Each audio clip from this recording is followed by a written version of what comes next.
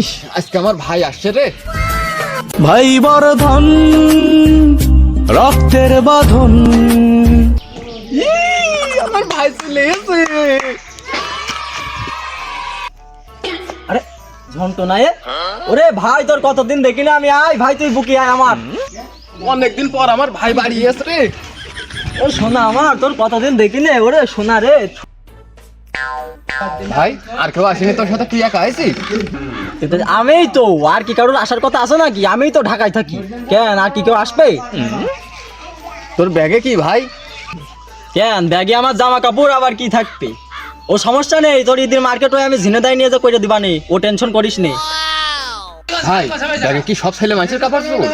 মেয়ে মানুষের তা কিছু নেই? তে আবার কি, আমার কি কেউ আছে রে? না তোর ভাবি আছে যে মেয়ে মানচিত্র থাকবে? ও সবই আমার। তাহলে তুই ঢাকায় কি জন্য থাকিস? তুই এতদিন ঢাকায় থেকে আজকে তুই একা একা আসবি কেন? এই ঈদে তুই কি জন্য একা একা আসবি? মিনিমাম আমার জন্য একটা ভাবি তো নিয়ে আসবি তুই। আসলে দেখো ঝন্টু, বিয়ে শাদির বিষয়, এইসব বিষয়ে আমি একলা ডিসিশন নিলে তো হবে না। বাসায় বাবা আছেন, সে যেটা বলে আমাদের দুই ভাইয়ের বিয়ে শাদির বিষয় নিয়ে সেটাই হবে। ওরে শালা আমার, দেখো ঝন্টু, শালা তুমি গ্রামের কবুতর শহরে যে পায়রা হয়েছো। সব কথা কি এখানেই বলবা নাকি বাসার দিকে যাবা? ওরে শালা আমার, ও যে বাড়ি ভাবি না সে বাড়ি আমি থাকবো না রে, যাবো না আমি ও বাড়ি।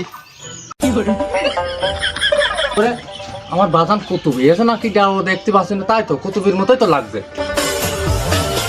ওরে আব্বা আমার, কতদিন দেখি না আব্বা।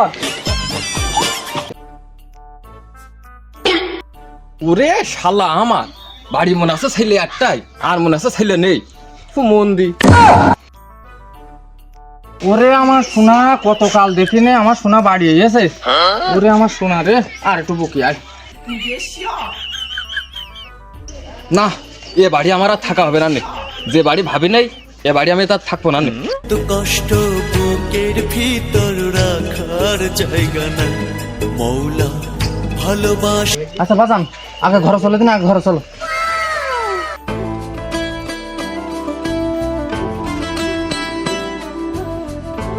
বাজান, আসো, ঘরে আসো, ঘরে আসো। বসো।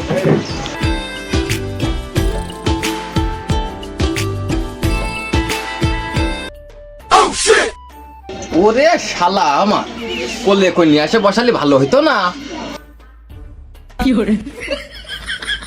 ও কুতুব, এই ও তোর বাড়ি আসা দেখে এরাম করছে কেন? পাগলা ঘোড়ার মতো ছটফট ছটফট করছে। আসলে বাবা, আমিও অনেকক্ষণ ধরে লক্ষ্য করছি, ওর ভিতরে কিছু পরিবর্তন দেখা যাচ্ছে। আগো বাজান, ও ছটফট করে কি বুঝাতে চাচ্ছে? আমি তো কিছু বুঝতে পারছি না।